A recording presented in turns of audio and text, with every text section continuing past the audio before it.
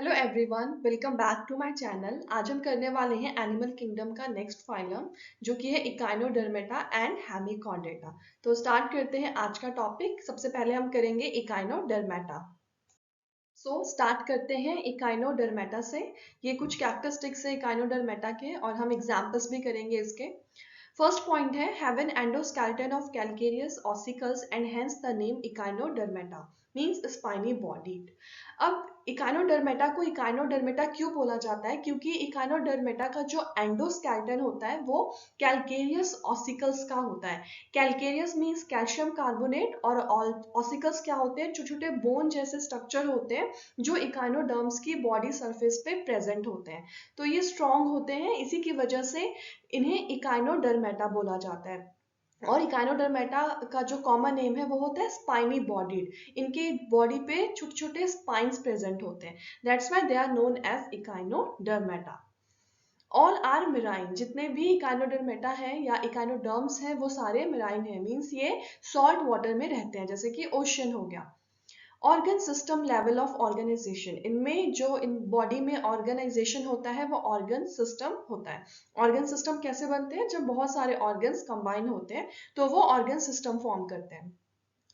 Next है larvae. Young ones have bilateral symmetry. अब Echinodermata में दोनों टाइप्स की सिमेट्री प्रेजेंट होती है। तो सबसे पहले आता है लार्वा। लार्वा क्या होता है? जो यंग वंस बेबी होते हैं उन्हें लार्वा बोला जाता है। तो इकाइनोडर्मेटा के जो यंग वंस है या लार्वा है उनमें बायलेटरल सिमेट्री होगी। बायलेटरल सिमेट्री मीन्स हम इकाइनोडर्मेटा के लार्वा को टू इक्वल हाफ्स में सिर्फ एक ही प्लेन से डिवाइड कर सकते हैं। Adult echinoderms have radial symmetry. और जो एडल्ट इकाइनोडर्म्स होते हैं उनकी बॉडी में रेडियल सिमेट्री प्रेजेंट होता है। रेडियल सिमेट्री मींस उनकी बॉडी को कहीं से भी टू इक्वल हाफ्स में डिवाइड किया जा सकता है। तो इकाइनोडर्मेटा ही एक ऐसा एनिमल फाइलम है जिसमें दोनों टाइप के सिमेट्री प्रेजेंट होते हैं, बायलेटरल भी और रेडियल भी। बायलेटरल सिमेट्री उनके लार्वा में प्रेजेंट होगा और जो रेडियल सिमेट्री है वो इकाइनोडर्म्स के एडल्ट में प्रेजेंट होता है। ये क्वेश्चन बहुत इंपॉर्टेंट है, हमेशा पूछा जाता है। ट्रिप्लोब्लास्टिक। जो इकाइनोडर्म्स होते हैं वो ट्रिप्लोब्लास्टिक हैं। Triplo means triple. इनमें तीनों जर्म लेयर्स प्रेजेंट होते हैं, ecto, endo and mesoderm.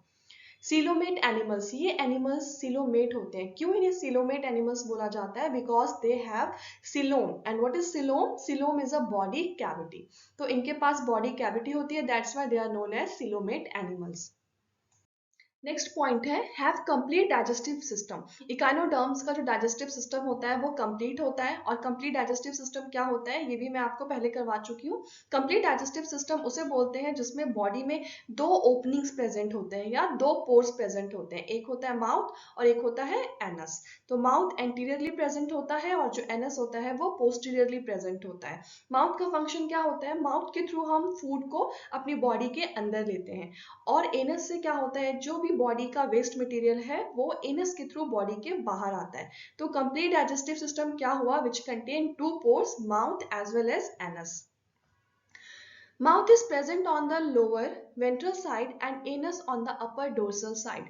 In echinoderms में जो माउथ है वो लोअर साइड में प्रेजेंट होगा, मींस लोअर सरफेस पे प्रेजेंट होगा। और जो एनस है वो अपर सरफेस पे प्रेजेंट होगा। और लोअर सरफेस को वेंट्रल सरफेस भी बोला जाता है एंड जो ये अपर सरफेस है उसे डोर्सल सरफेस भी बोला जाता है। सपोज कि ये हैंड है तो इसका जो अपर वाला पार्ट है दिस वन, इसे बोलेंगे डोर्सल। और इसका जो लोअर वाला पार्ट है ये वाला, इसे बोलेंगे वेंट्रल।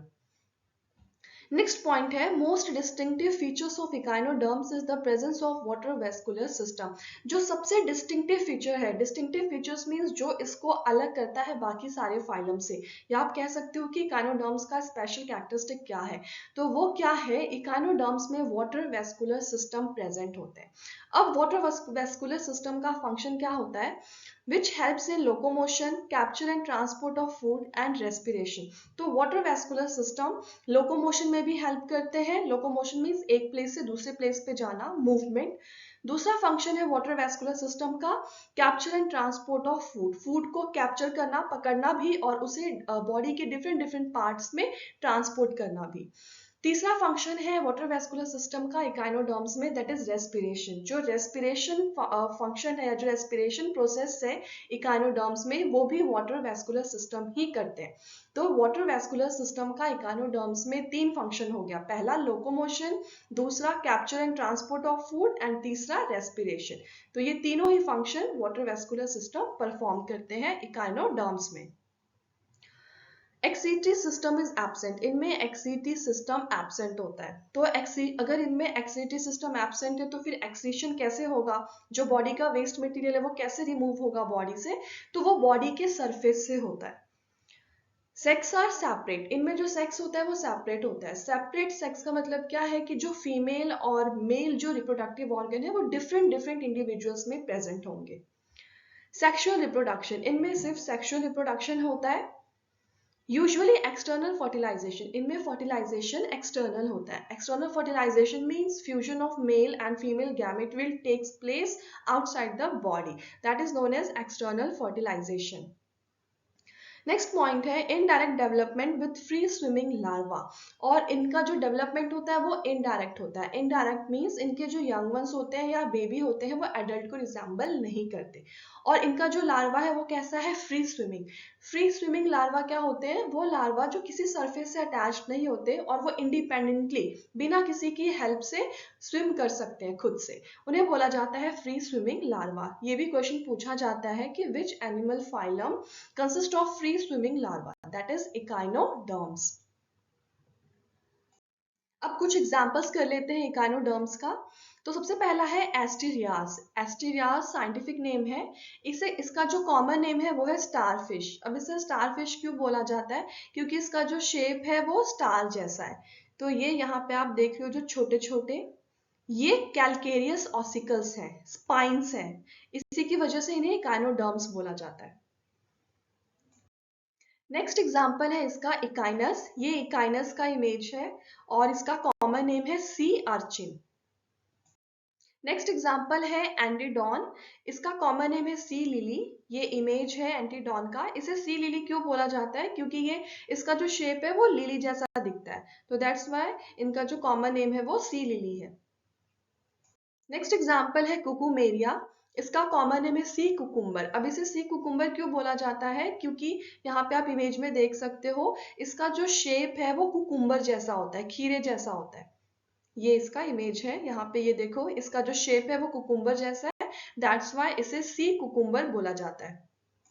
नेक्स्ट एग्जाम्पल है इकाइनोडर्म्स का ऑफियूरा, इसका कॉमन नेम है ब्रिटल स्टार। ये इमेज है ब्रिटल स्टार का। अब आता है इसे ब्रिटल स्टार क्यों बोलते हैं। ब्रिटल का मतलब होता है टूटना। तो कई बार क्या होता है, अगर किसी प्रीडेटर ने, प्रीडेटर मीन्स शिकारी ने अगर इसके आर्म्स को पकड़ लिया है तो ये क्या करते हैं, अपने उस आर्म्स को वहीं पे छोड़ देते हैं, और फिर वो जो आर्म है उसके पास कैपेबिलिटी होती है रीजनरेशन की, वो दोबारा न्यू कंप्लीट न्यू इंडिविजुअल में ग्रो कर जाते हैं। तो इसी की वजह से इन्हें ब्रिटल स्टार बोला जाता है। नेक्स्ट फाइलम है Hemichordata. It was earlier considered as subphylum under phylum Chordata, but now it is placed as separate phylum under non-Chordata. Hemichordata को पहले Chordata phylum में ही include किया गया था, but बाद में इसे एक separate phylum दे दिया गया under the non-Chordata. तो Hemichordata जो था वो पहले Chordata का ही part था, but बाद में इसे non-Chordates में डाला गया। Have rudimentary structure in the collar region known as stomachord which is similar to notochord. अब हेमिकॉर्डेटा को पहले कॉर्डेटा के अंदर क्यों डाला गया था, क्योंकि इनके पास एक rudimentary structure होता है कॉलर रीजन में। कॉलर रीजन मीन्स जो नेक का रीजन होता है, और उसे क्या बोला जाता है, स्टोमोकॉर्ड। और ये जो स्टोमोकॉर्ड है वो बिल्कुल स्ट्रक्चर में नोटोकॉर्ड के जैसा था, इसी की वजह से इसे कॉर्डेटा में डाला गया। और कॉर्डेटा किसे बोलते हैं, जिनके पास नोटोकॉर्ड होता है। रूडिमेंट्री स्ट्रक्चर क्या होते हैं, वो स्ट्रक्चर्स जो बॉडी में प्रेजेंट तो होते हैं बट उनका कोई फंक्शन नहीं होता, जैसे कि ह्यूमन बॉडी में विस्डम टिथ हो गया, अपेंडिक्स हो गया, तो वो सारे ऑर्गन्स जो कि फंक्शनलेस है बट प्रेजेंट है, they are known as rudimentary structure. तो हेमिकॉर्डेटा के पास एक स्ट्रक्चर था जो कि बिल्कुल नोटोकॉर्ड जैसा दिखता था। नेक्स्ट है this phylum consist of small group of worm like marine animals. Hemichordata में क्या आते हैं, तो हेमिकॉर्डेटा में छोटे छोटे वॉर्म जैसे जो एनिमल्स हैं, मेराइन एनिमल्स, वो इंक्लूड है हेमिकॉर्डेटा में। Organ system level of organisation, इनमें भी जो सिस्टम लेवल ऑफ ऑर्गेनाइजेशन है वो है ऑर्गन सिस्टम। नेक्स्ट है बायलेटरल सिमेट्री, इनमें बायलेटरल सिमेट्री प्रेजेंट होती है। बायलेटरल सिमेट्री मींस बॉडी को सिर्फ एक ही प्लेन से हम टू इक्वल हाफ्स में डिवाइड कर सकते हैं। नेक्स्ट पॉइंट है ट्रिप्लोब्लास्टिक, ये भी ट्रिप्लोब्लास्टिक होते हैं, इनमें भी तीनों जर्म लेयर्स प्रेजेंट होते हैं। सीलोमेट एनिमल्स, इनमें बॉडी कैविटी प्रेजेंट होती है। सिलेंड्रिकल बॉडी, इनका जो बॉडी का शेप है वो सिलेंड्रिकल होता है। नेक्स्ट है body is composed of anterior proboscis, a collar and a long trunk. जो हेमिकॉर्डेटा है उनकी जो बॉडी है वो 3 पार्ट्स में डिवाइड है, वो क्या क्या है, proboscis, collar and long trunk. Open type circulatory system, इनका सिस्टम सर्कुलेटरी जो सिस्टम है वो ओपन टाइप होता है। Open type means they lack vessels, इनके पास आर्टरीज या वेन्स नहीं होते ब्लड को ट्रांसपोर्ट करने के लिए। गिल्स फॉर रेस्पिरेशन, इनमें रेस्पिरेशन के लिए गिल्स प्रेजेंट होते हैं। Excretory organ is proboscis gland, इनका जो एक्सेटरी ऑर्गन है वो है proboscis gland. Sex are separate, इनमें भी सेक्स सेपरेट होंगे, मेल और female reproductive organ different different individuals में प्रेजेंट होंगे। इनका फर्टिलाइजेशन एक्सटर्नल है, बॉडी के बाहर होगा, गैमेट का फ्यूजन। इनडायरेक्ट डेवलपमेंट, इनका भी डेवलपमेंट इनडायरेक्ट है। इनडायरेक्ट डेवलपमेंट मींस इनके जो यंग वंस होते हैं वो एडल्ट को रिजेंबल नहीं करते हैं।